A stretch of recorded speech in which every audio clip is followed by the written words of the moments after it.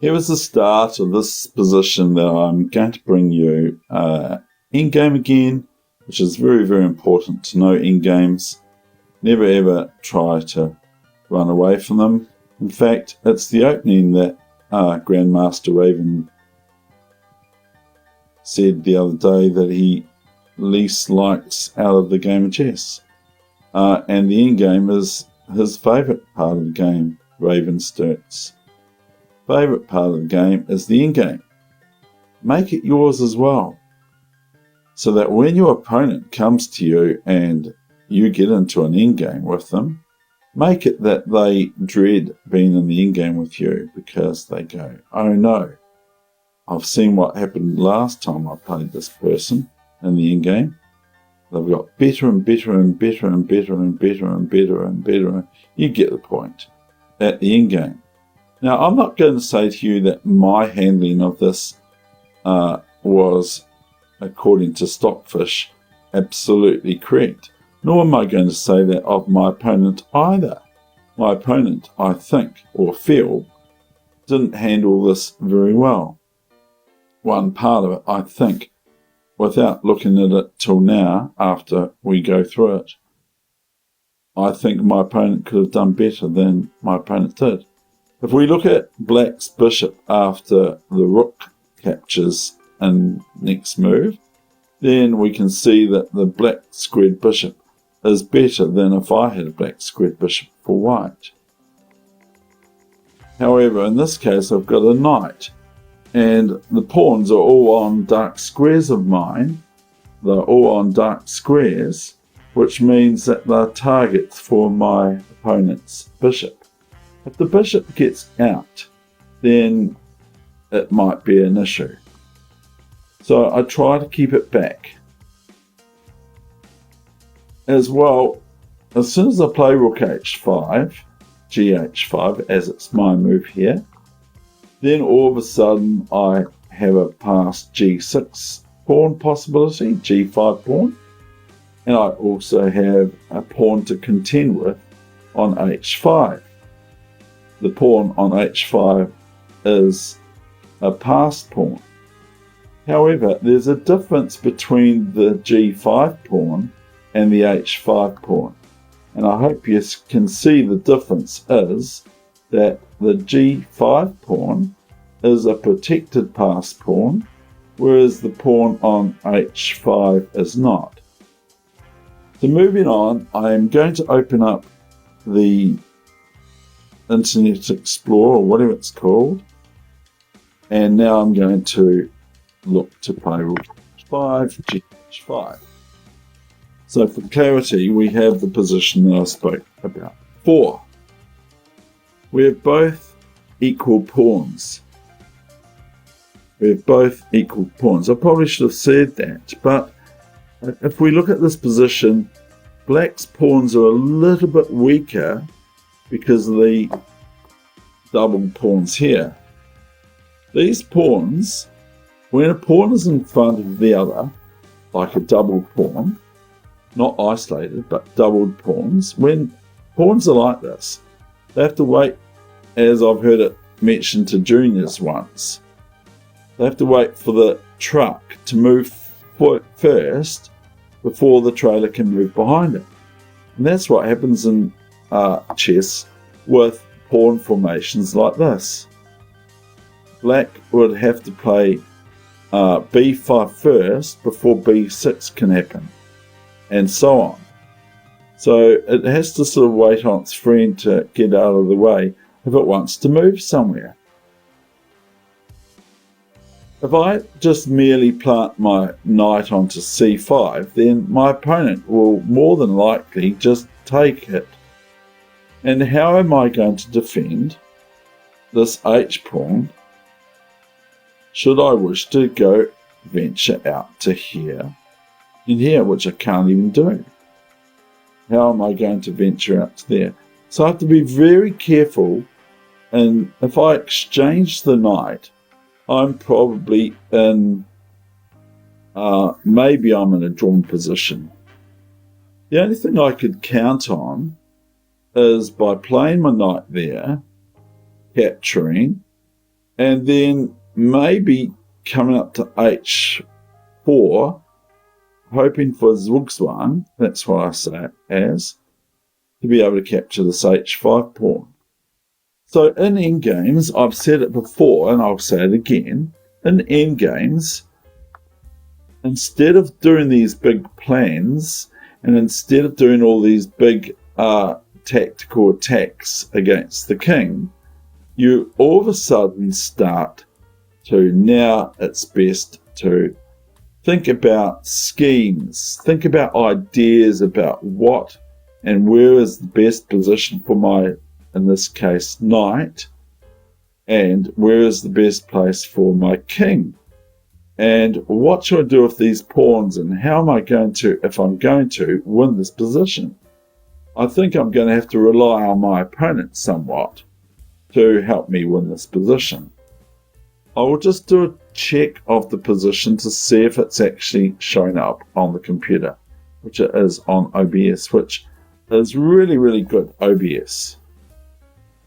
So if I merely play something like knight e5 now, it might be quite okay as a move, but I think that I would end up meeting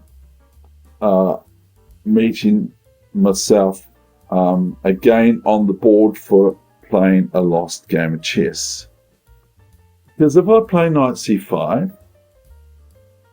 then black can just meditate, I think. Taking, and I don't know, but if I play knight e5, I'm not completely sure, but if I play knight e5, then black can take. Because black can just take here, and then play b6, and c5 if that's the case. And if this pawn captures instead on e5, then the d pawn, then just king g6 will be quite reasonable for white to not meet. I don't want to meet that move, so I want to preserve my knight, because I don't think that my position is great for white after exchanging at least on e5.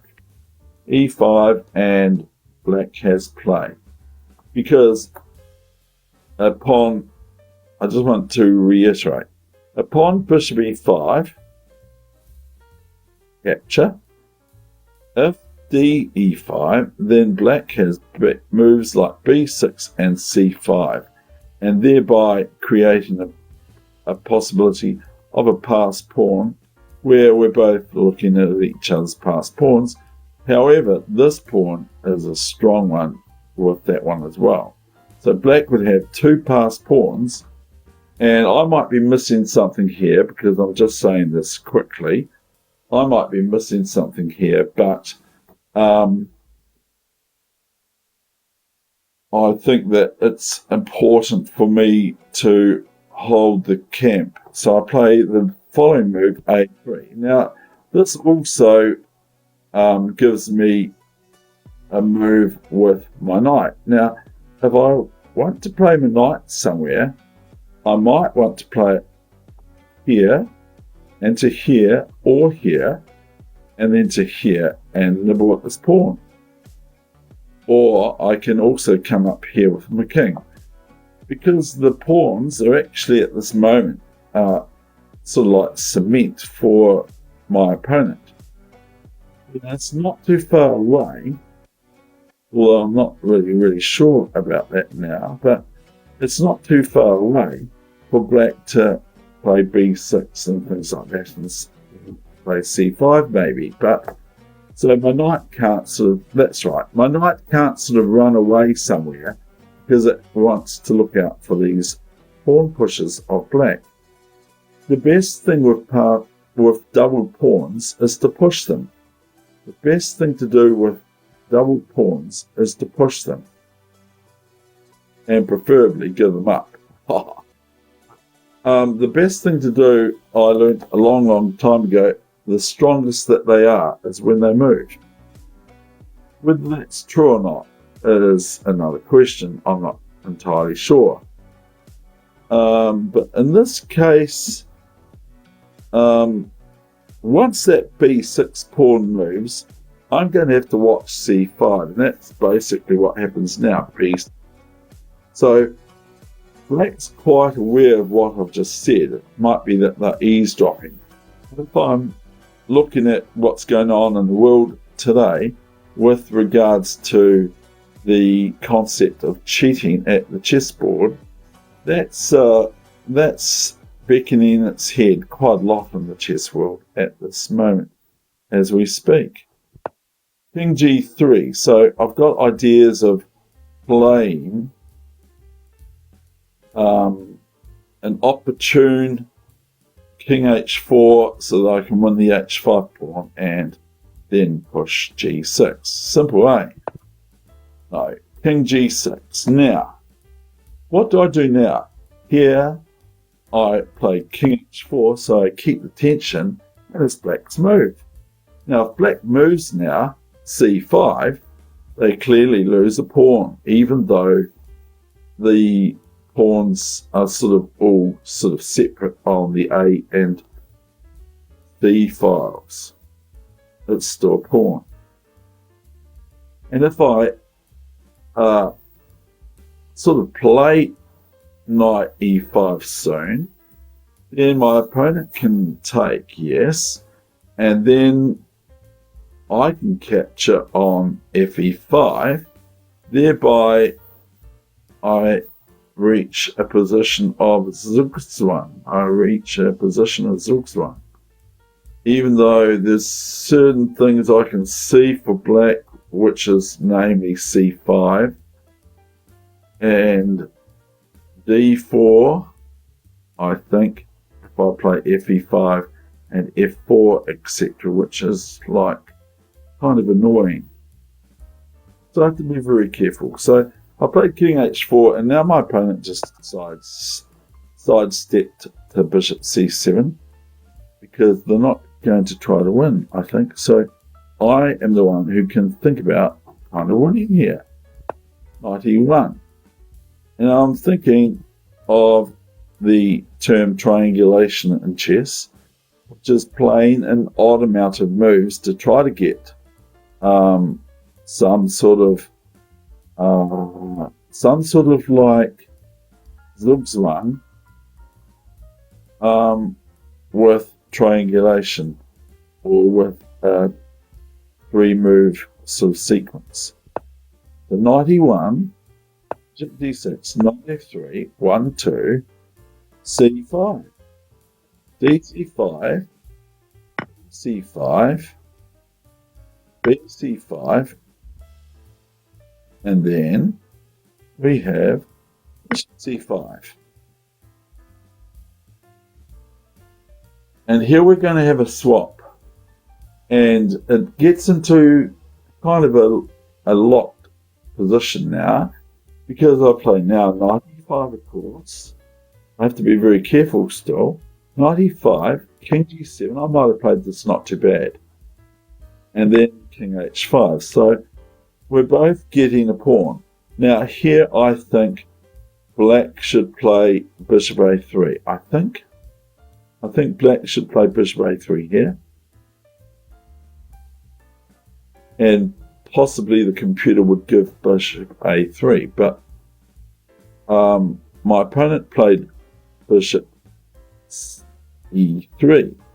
So I think here, I'm not sure, but I think that the bishop a3 is probably very good for Black.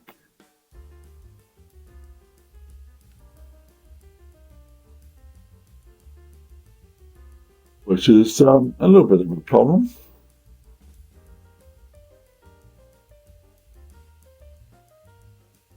So I try to be fair with the analysis and that sort of thing. I think that here Black should play bishop a3. However, Black played bishop e3, and now I play this nice move to sort of protect my f4 pawn, and it's also keeping an eye on the dark squares around my a3 weakness pawn sort of thing. Because this pawn is a little bit weak because this bishop can come around and attack it in two places. See? So I have to be careful, but I quite like this move because I was probably thinking to myself, at least subconsciously, black here should play bishop a3. That's what I think. I think that bishop a3 is better. Because all of a sudden there's a difference between, okay, well, this is a passed pawn, yes, but this is a knight sitting on d3, and thereby my king is free to go. And it also prevents bishop here checking my king, almost checkmating my king on h4. It's almost checkmate, except for two moves, king there, and knight takes bishop. So here I think is opportunity for black to do a lot better and probably even win than they played. Still comes about that upon bishop a3, that pawn's off. Okay, I can't take that off like I can on other things. It still comes about that I can play knight d3, b4, if b4, then knight here. However, then we have bishop here again, and then all of a sudden this bishop is attacking my pawn chain, which is very, very important at this stage of the game, because the thing about endgames is two things, or is twofold. One, scheme, instead of planning and doing combinational attacks, and that's the thing which is something that I really enjoy. It's scheming, which means where can I put my pieces? Where's the best place? Where can I put my king now? And also taking pawns. And in which case I am going to continue on about this. Bishop a3, in my opinion, is far better. This e-pawn is not really going to go anywhere in a great hurry with that thing hanging around and that thing hanging around. So I think that black did me a big favour by playing this, and we could just about say that from here on in, it's lost for black, but I don't know. Knight d3. Now I protect the pawn on f4 and indirectly the pawn on a3 until black sets about by going here sort of thing, here and here, attacking the pawn again on a3 and f4. So I think that's what's happening. I think that's what happened. Bishop d2. No, I don't think this is the move. I don't think this is the move. I think that black should look to go here, here, and here. So, if bishop e6, what have I got? Okay, I've got the knight b4. I think this pawn needs to defend it. Maybe not defend it. Maybe just play bishop c5 sort of thing. And if knight d5, then bishop a3, and we're back to the drawing board. But I think that bishop d2, even though my opponent was not really in time trouble in this 3-minute game, I think bishop d2 is okay, but I think my opponent just really lets me off with a whole lot of moves soon. Especially this one. So I played this move now, and it's a bit weird. I don't really want to hang around too long, and I don't want to hang around here too long either. But I think this move here, g6, is a bit weird.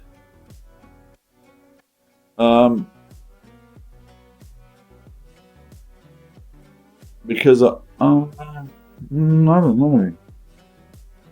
Not too bad. It's all right, I suppose. Black cannot play King F6 now because of King H6 and that sort of thing. So I'm starting to wonder about whether it's as bad as I thought for me as white.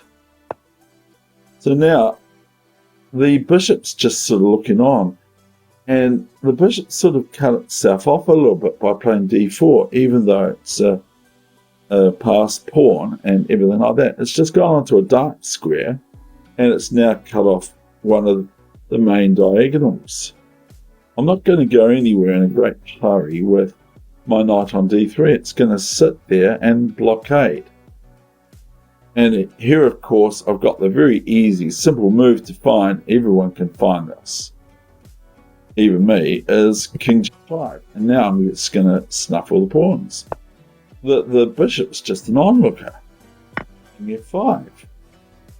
And a little bit of manipulation, and I should be able to win this. Bishop A1, King G5. Now, F5 is threatened, and we all know how good F5 move is. Let's move on the planet. Bishop's just zonked. I can just about set up checkmates here with the 2 pawns and king. Well done. Now I've stationed my threat of F7, F8, prevented stalemates. Black has still got moves if they go crazy with giving things up. And I can still allow the d4 pawn to move should I take with the knight eventually on b4, if you get what I mean. So even bishop d8 is no good because I'm just, there's no stalemates here.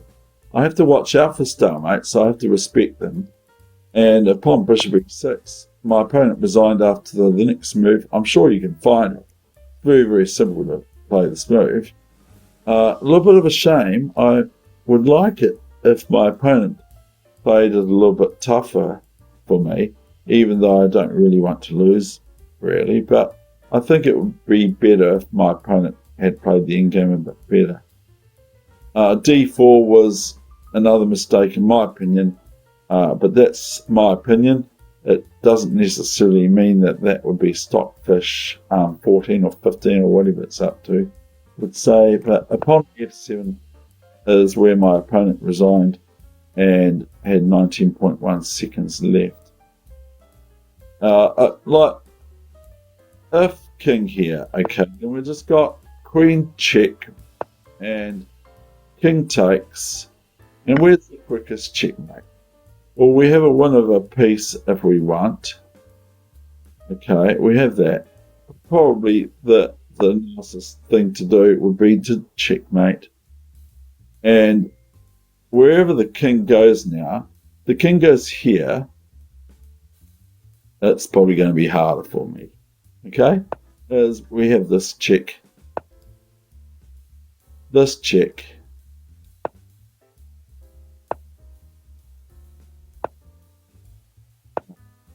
Then other checkmates are this.